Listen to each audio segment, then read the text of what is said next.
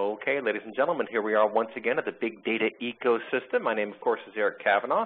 Here with us today is one of the powerhouses of the whole analytics business. We've got Teradata, and of course, they also have Astrodata as part of their package these days. And we're going to learn about Teradata Query Grid, some really clever stuff coming from our friends over at Teradata. And we're going to hear from Andy Sanderson about how it all works. So with that, Andy, show us what you got.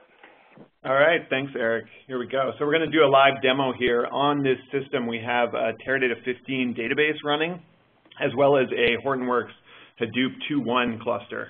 And so we're going to walk through kind of a scenario and walk through running some queries that use both systems and process the data where it lives. So first, let's get some information about the scenario that we have here. So we're going to look at the data that we're going to be storing on both these systems. So I'm sure a lot of people have seen the check engine light come on in their car. And so when that happens, that means that the ECU on the car, the engine control unit, has detected a fault somewhere, and it stores this code, so this kind of code. So in here, this example is a P3101. When it stores this code, it also stores this dump of all this sensor data throughout the systems in the car, so that later when you go to the dealer and you plug the car in, you can understand what was happening on the systems in the car and further diagnose what the problem was. And so the sensor data is the data that we're going to be focusing on in this demo here. So we all know big data is exploding, and this sensor data from all different sources is becoming more and more valuable to companies. So what we want to do here is we want to be able to store this data. So this is a perfect type of data you might want to store in a Hadoop system. You don't know the business value of it up front necessarily, but when you need it and when you want to do some further deep analytics and analysis, you really want to have it at hand. So for an example, the data we're going to be using is from hybrid or electric cars, and so there's over 3 million of these cars on the road already. Each one of these has hundreds of sensors across different systems throughout the car, and so throughout just hybrid and EV cars that are on the road, there's over 300 million sensors deployed. Traditional internal combustion cars also have similar systems and similar sensors, and those diagnostic trouble codes and sensor dumps happen on those cars as well. And so for those, there's over 10 billion sensors for all cars since 2007. So this is an exploding kind of data source. If you were a hybrid manufacturer, you would start off with something like 300 terabytes of data per year, and then that could be growing as your fleet grows, and as the data grows over time, you're looking at petabytes, up to 5 petabytes per year by 2020. And so we've read that auto manufacturers are even storing this sensor data, this freeze frame data, proactively up to every 10 minutes, collecting this from their cars, even if there's not a problem. So in the first intro I was talking about, when the computer detects a fault, it'll store this freeze frame data, but we know that manufacturers are proactively storing this sensor data. So you can imagine how much data this ends up being. You don't want to move this around, so you want to be able to process it where it lies and store it inexpensively and be able to still have it accessible to end users when they need it. So that's kind of the background on the big data piece that we're incorporating here. And so here's the big picture. So on Hadoop, this is where we're going to keep our sensor data. On Teradata, you already have all your traditional warehouse operational data, including lists of parts. In this scenario, we have the bill of material for every single car we've built. So we're an hypothetical auto manufacturer, and we know exactly which parts we've put into every single car that we've built. We also keep track of the service records when people bring it in for service, warranty data if we have to repair or replace things under warranty, information about the manufacturing process, sales records, who bought these cars, and information about our customer base. So these two systems are storing different data, but it's all around our vehicle fleet that's out there on the road, and it's all very valuable to figure out and solve problems. Surrounding that, Teradata has something called Teradata Viewpoint, which allows you to monitor both Hadoop and Teradata systems for both performance and for system administration. And then one thing we've also highlighted in this demo is something that we're working on in engineering here is a RESTful interface that sits in front of Teradata. So this allows kind of the enterprise to both put data into Teradata easily and quickly without having to have a lot of overhead of creating direct database connections, as well as pull data out. And so for this demo, we've used D3.js, which is data-driven documents. It's a JavaScript visualization library. And so we're using that, and we're calling the RESTful interface and submitting queries directly from a browser without having to connect directly to the database to do some visualization in this scenario. So that's kind of the environment we have here for the demo. So let's run through, and we'll start running some queries here and see where we end up. So the problem that we've identified is an analyst is running his regular reports from Teradata and realizes that over the last 6 months, our warranty costs have been gradually rising, and now they've really, increased to a point where clearly there's a problem. So digging deeper, he looks in and realizes that, okay, we're spending a lot more money on battery replacement on these cars. Again, these are hybrid and electric vehicles, so the battery is a big portion of the vehicle and a big cost of the vehicle. And so we need to figure out what's the root cause of this. Why are we suddenly having this, battery issue? We need to have self-service to all the data in the data warehouse about the cars and how they're manufactured, as well as the sensor data from the fleet that's out there on the road that we have stored in Hadoop. And so we need to be able to support fast iterative processing and be able to access both these data sets online and join them on the fly. And so that's exactly what Query Grid is going to enable us to do. So the first question we want to figure out is, okay, what are these problems, what are the battery problems that are driving these warranty repairs? So when we started, we talked about these diagnostic trouble codes that cars store when they have problems. And so that's exactly what we're going to look at. So we're going to go over to Teradata Studio, which is our SQL interface here. And I'm going to run this query here, and then we'll walk through what exactly we're doing here. So let's start running this query. In this scenario, we're using pushdown, so we're actually running part of this query on the Hadoop system. So we'll go over and we'll see in the Hadoop interface, web interface, that we can see that it's now spawned this Hive job that's running on the Hadoop cluster. So we're doing this pushdown here. We're doing some processing on Hadoop. Let's go back over and look through the code a little bit. So what we're doing is we're joining two tables in Teradata. One of them is service visits, so that's every time someone comes in for service. The other one is the DTC codes, and so that is just a table that has the definitions of the diagnostic trouble codes. And then we're looking into Hadoop, and so this entire thing in these parentheses is actually a query that's getting pushed down into Hive onto the Hadoop system. And so there's a lot in this sensor data. It's all stored in JSON on Hadoop. And so we're able to actually parse that JSON on the Hadoop system where the data lies.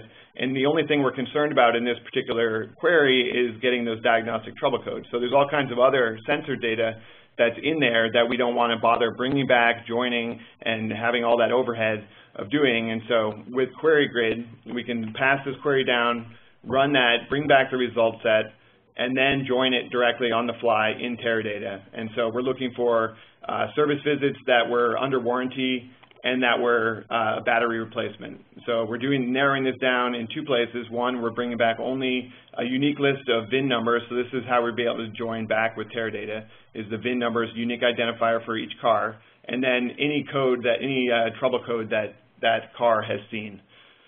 So we're really able to leverage the power of both systems, do a lot of processing on that Hadoop system that we have sitting there where all that data is stored. And the syntax, which is new in Teradata 15, that I think Ahmad mentioned earlier, is very clean. So you have this new construct called foreign table, and then we've already created this server object inside the database called HDP21. And so every time we put in an @ sign at HDP21, it knows which system to go out to and can run this query and push it down. So looking at our result set, we can see that there's a large correlation to these over temperature diagnostic trouble codes. So these are all happen to be in the P4000 range. And so we can see that there's a few other issues that we're seeing amongst these cars, but most of these cars that are getting fixed under warranty are having some kind of over temperature problem. So that gives us a lot to go on so far. So we're going to continue down down our analysis right here. So here's kind of a summary of what we looked at so far. So we need to look at the data that's in Hadoop and the data that's in the data warehouse in Teradata, and we're joining them together. And we're not persisting anything. We're doing this all on the fly and getting back our result set. So now we kind of have an idea of what's driving this increase in warranty cost. So the next thing we want to do is say, okay, we want to reveal the overall extent of the issue. So there might be other cars that are out on the road that have exhibited the same problem. They've had this diagnostic trouble code come on, but they haven't been repaired. Or they may have been repaired outside of warranty, and we don't even know about it. So we want to figure out how big is this problem. So we want to go back, and we're going to do another query. Let's go back over here. And so this query, so we're going to actually store the results of this query inside of a data lab, which is kind of a sandbox inside the data warehouse. So I'm going to run this query here, and then we'll go do some more analysis with that. So this is showing kind of how with Query Grid you can use all your regular SQL syntax and constructs and combine it with Query Grid. So again, we're pushing down to Hadoop. In this query, we're parsing through the JSON, looking for only cars that have had this any of these P4000 codes. So any car that's experienced over temperature, regardless of whether it was fixed or fixed under warranty, bring back a unique list of VIN numbers, and then we're going to do, all we have to do is create table as, and we can store that inside of a table inside, persist that inside Teradata for further analysis. And so that's exactly what we've done here. So I've run this query, so now we can go back over and look and kind of see. So here's our result set. Let me run that again. Let me run that query in here in Teradata Studio. So here's our result set. It's just a unique list of VIN numbers. All these cars have had some kind of battery over temperature problem. And so now we can go and we can do some more analysis of that. So I've got several queries here. These ones we're using to actually do visualization, and so I'll show the visualization, but now we're doing some queries that are just inside Teradata. So we have this list of cars that have over temperature problems, and we're going to try to isolate the issue. So let's go back here. So what's the root cause? We really want to see, of all these cars, is there something that they have in common that is causing this problem? So let's go look. So I mentioned that we had this RESTful interface. Let's see what the outcome of that is. So just in the browser, we've actually submitted through JavaScript, submitted a query to the RESTful interface, brought that back, and then used data-driven documents to do some visualization here. So the first query that we're doing is saying, for all these cars that have over temperature problems, what dealer were they sold through? And so we created this bubble chart of the different dealers. And so we can see, AutoWorks has a few more than other ones, but overall there's nothing too significant about them. And now let's look at assembly plans. So does it matter where the car was put together in terms of this over temperature problem? Is there a correlation there? And again, we're not seeing too much significance.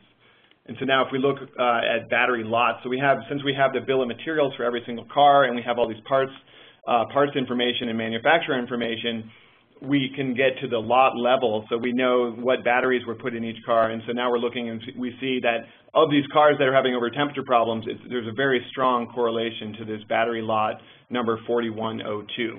So now we've really made some progress here, and we're starting to see what the root cause of this issue is. So so these queries again are happening just in Teradata, but using the results that we pulled back through the query grid and persisted very easily inside of our data lab in Teradata. So the next thing we wanted to say, again, appears to be a problem with a specific battery lot. So the next thing we want to do is we want to quantify the business risk for all cars. So in this sensor data, not only do we have these diagnostic trouble codes, which is when the car itself has detected a fault, but we also have these dumps that we're taking all the time that have temperature data across the battery and the car. And we can use that, we can analyze that and try to see, first of all, what does a normal temperature for these cars, for the batteries in these cars look like? And then what does it look like for these particular cars that are using batteries from this lot? So let's go over to Teradata Studio again, and we'll run this. So this is another push down. Hadoop is doing most of the work in this case. And so we're actually going to compare the battery temperature with the inside air temperature of the car. These batteries are air-cooled, and they use inside air temperature because usually that's going to be climate-controlled, either hot or cool, to make the passenger comfortable. And so batteries like to run at, regular kind of room temperatures as well. So that's why it uses internal air. So we can run this query through QueryGrid and get back a result set here. So let's start running that. And we'll get back a result set we're going to create a histogram of the regular normal battery temperatures across all of the different cars. So we're really using our Hadoop cluster here, and really using that hardware and all that data that we have stored, which is going to end up being petabytes of data. So here, let's let this run here, and then we'll go back over and visualize it again using our D3 visualization. So this is running, so here we go. So it's kind of hard to see just in numbers. Let's go back over and take a look. So if we look at all the cars and all the battery temperatures, we can see that for the most part, the cars are between 0 and 10 degrees above the interior air temperature of the vehicle. And then it drops off fairly quickly to 10 to 20 degrees, 20 to 30, and 30 to 40 and higher. And so we can see that most of the cars should be within 10 to 20 maximum degrees of the air temperature, and that's a normal state. So this is showing every single car. So now if we do another query, I'll walk you through the code, and then we'll look at the visual. So this is where QueryGrid really shines, is we're doing the same type of query, bringing back these temperature differentials, but now we're joining it directly with data in Teradata, and we're only looking at cars that have used this battery lot 4102. So without QueryGrid, we would have to do several different queries, bring data back and forth between the two different systems, but we can actually do this on the fly, and now we get a much different picture. So we can see that for cars that were using batteries from this lot, we can, there's a few that are fine, no problems, but there's this huge spike in the 20, 30, 40, 50 degree range. And so once you get towards the top, this is where you're going to find your cars that have had the fault code show up and have probably been fixed at some point. But there's all these cars in the middle that you really need to be concerned about as a manufacturer. So let's go over and see. So we've already looked at 4102. Here's our visual. And so what we can do is, as a business, we can actively monitor the cars that are maybe not too hot, maybe they're only 20 degrees above air temperature, but these other cars that are 30, 40, 50 degrees above air temperature, we really want to repair. And we can do this proactively because we have this sensor data. We don't even have to wait for a customer to have the bad experience of the trouble code and the check engine light coming on and having to take it to the dealer. We can reach out to them because we have all this information in our warehouse. We know which customers bought which car, and we can reach out to them, and we can proactively address the issue before it becomes a PR problem or a massive recall. So we can eliminate, so kind of to summarize the implications of these discoveries is we can eliminate the risk of personal injury and bad publicity for the company. We can minimize costs of recall because we know which cars are actually running too hot and which ones aren't. We don't necessarily have to go out and recall every single one. And we can feed back this information to engineering as well, and maybe they can even supply a firmware fix over the air to help alleviate the problem. Maybe in these cars or all the cars, they should be kicking the fans on earlier that actually cool the battery bank. So kind of to sum up, we also are going to reach out to the battery manufacturer and try to help and try to figure out and maybe get some reimbursement from them in terms of this particular lot. And then we're also, we can check nearby sensors and parts in the car and see if any of those are affected. Maybe there's other warranty repairs that we've had to do to other components that are around these hot batteries. So with all this information and with using both of our systems, we can really get to the root of the problem, and this can only be done by combining this detailed sensor data that we have in Hadoop as well as our regular operational business data that's in the warehouse. So that kind of sums it up. I don't know if there's any questions from here. That would be great. Thank you for your time. No, that's an excellent demo, and it's really quite compelling because what you're doing by extending the power of queries beyond what you have in Teradata and leveraging these other engines is you're really adding a whole new, it's not just a new dimension, it's a whole new range of dimensions to the possibilities of what you can analyze, right? Yeah, it's really powerful, and like you don't want to be moving these large data sets around, and sometimes you're not even sure. You might be capturing, like, there's tons of this other sensor data in there that we're not even using in this scenario, but who knows when you might need it to solve a problem or analyze an issue.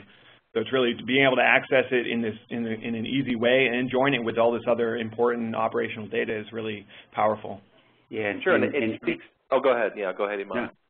And a lot of companies are struggling with, how do you take advantage of this big data, and how do you use it and monetize it in a real world? And so the purpose of this demo is to actually show here's a scenario where you're combining the data in your data warehouse that has your business data in there and all the sensor data that's massive and has little to no value on its own until you find a piece of data and merge that and connect it with the business data. Now you can put some business value around it, right? And so that's a very powerful thing to do, to merge these two worlds.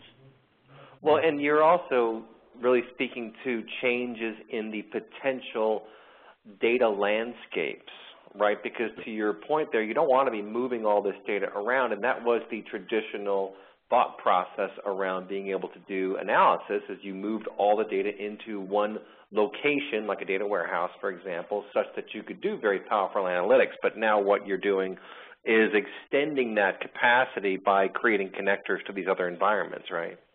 That's right. That's right. And a subtle point that may or may not have come out in there, with one query, we were actually doing a combination of reading from a database that has a predefined schema and reading from JSON files stored in key value pairs with varying key value pairs in each one, doing a schema on read of that. Right. So all within one query, we're combining both types of analysis. Yeah, exactly. So different vehicle models and even vehicles with different firmware versions are going to be reporting different data, but that's okay. That's why we're using it in this JSON format, so you can go and access which fields you want, but you don't have to try to constantly, map your schema and match this changing data. No, that's a really good point. It kind of reminds me of optometry, how you're using different lenses that you can pop into place to get the view more and more clear. That's a pretty interesting approach. And can you also talk very briefly, at least, about how the optimizer works, or how it is that you are actually going out and doing these queries? Because, of course, optimizers for queries can be pretty complex things. They build up over many years in some cases. In fact, of course, in your case, a lot of engineering experience. But when you go and hit head dupe, it's kind of a black box, right? So how do you handle that from an optimization perspective, or how best can you handle it? Yeah, so basically the Teradata optimizers learn to recognize these query grid, the query grid portion of a SQL statement. So it takes that and it knows the order of operations to get the best results in the query. So it'll actually it'll read through the whole SQL statement. It'll execute the foreign server part, which is the query grid, out to another server. It'll execute those first, return the results, so now it can gather statistics. What's number of rows, what's the distribution of the data. It takes those, does some quick statistics on them, and then feeds that into the optimizer to continue planning the query on the Teradata side for the most efficient execution. So the Teradata optimizer has evolved to know how to deal with this in the most efficient way. Yeah, it's almost like you've created a periscope, right? It's like you've got a periscope into big data now. You've got your usual tools in the enterprise data warehouse, and you've created this powerful periscope that goes and can look into any world that has some kind of big data when you have a connector to it, right? Yeah, absolutely. The alternative being you throw lots of people and lots of time and lots of resources and network bandwidth to try to extract, move, copy, merge data, right? So that's the alternative. Right. Yeah. Solve it with technology. That's fantastic stuff. Well, folks, have been talking to Andy Sanderson and Iman Baruti of Teradata, and this is great stuff. Really, I think this is speaking to the new way that things are going to be done in the world of analytics, and it's excellent work. So this has been another recording in the big data ecosystem. Big thanks to all of you for your time and attention, and big thanks to our friends at Teradata. Great job, guys. Thank you very much. All right, take care. We'll catch up with you next time, folks. Bye-bye. Thanks. Have a good weekend.